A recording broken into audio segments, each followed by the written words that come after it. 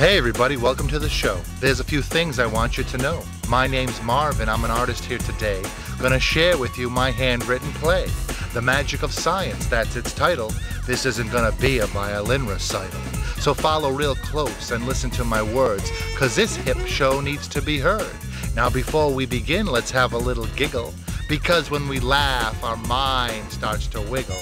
Now roll up your sleeves, and if you are able, can you give a big round of applause for my spinning table? Was this science? Yes! Or was it magic? Yes! Or was it both? Both! If you think both, I completely agree. Let me tell you why, so our minds will be free. Magic likes making a surprise, creating a mystery for your eyes. Magic makes you wonder how this was done. But how does science come from all this fun? Vinegar and baking soda, can't you see? The answer's right here. Just follow me. You see, vinegar's a liquid.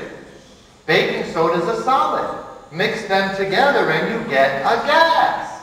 Not the kind of gas your friend likes to pass. See the bubbles in this glass? That's carbon dioxide. That's the gas. Carbon dioxide keeps your soda hopping. You know, the drink tastes good when the bubbles are popping. We take in oxygen, and that keeps us alive. Then that oxygen mixes with food right inside our body. Now the name for the way in which plants and trees make food is one long word. Who knows that answer? Who wants to be heard? I hear someone say it. Say it out loud. Ah. You see how connected all this is? If it wasn't for plants and trees, there'd be no kings. That's why science is so important to know. So the next time you're walking down the street and the wind starts to blow, take a look at a plant or a tree as it swings to and fro. It's waving at you. It's trying to say, hello. Who out there knows what an experiment is?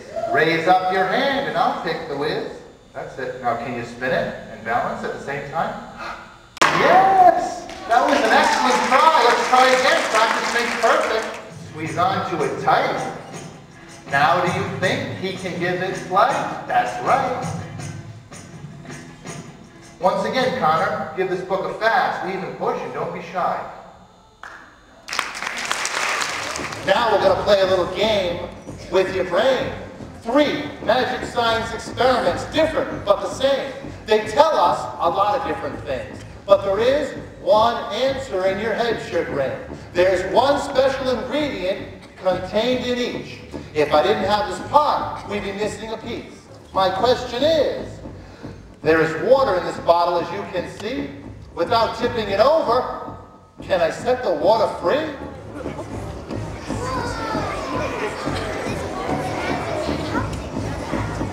Experiment number 2. My question is, there's a balloon and a straw attached to a pin. If I blow up this balloon, will this contraption spin? Who says no? Who says yes? Let's do the experiment. Let's do the test.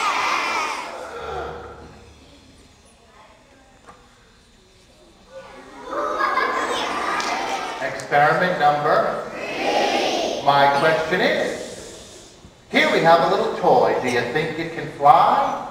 Yes. And who knows, do you think it can cry? Who says no? Who says yes?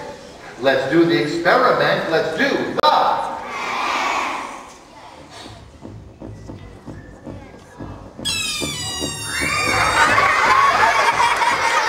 Without air, the Earth would look like the moon. Without air, there would be no sound, no clouds, no wind. These are pictures of clouds and skies. You see, without the air, none of these colors could survive. Without the air, the sky would be black, and absolutely nothing would be alive. Air is heavy. Did you know that? It's sitting on your head and wants to make it flat. There are billions of tons of air out there. It's sitting on this earth.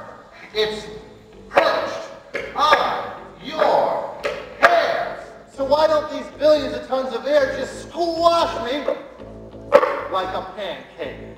I don't weigh that much, for goodness sakes. It's because of, air's part of it, but I'm looking for a different word. Gravity's part of it, but I'm looking for a different word. It's because of, since the pressure is even inside and out, you can grow up without any fright because your incredible body is doing it right.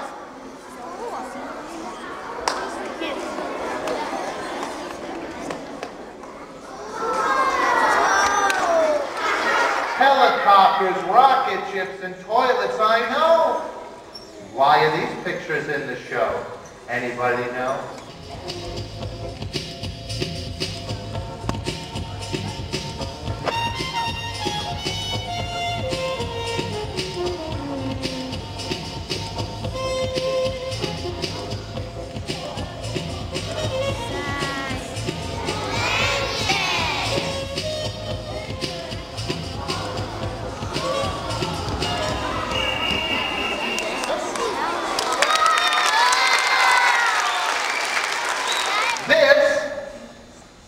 Called a short-range parachute. You wear part on your head and part is a boot. It's a personal rain saver, really does the task. An upturned umbrella, a tube with a jug of water. You know, there are some inventions that may be around forever. Eleanor Raymond and Maria Telx co-created quite a large endeavor. These women were the first people to build a house completely powered by the sun. Solar energy heated their house, gave them hot water, ran their stove, their refrigerator, and could toast a bagel or a bun. Thomas Edison created over 1,000 inventions, like a record player, motion pictures, the light bulb, the electric pen, a talking doll, a voting machine, just a few to mention.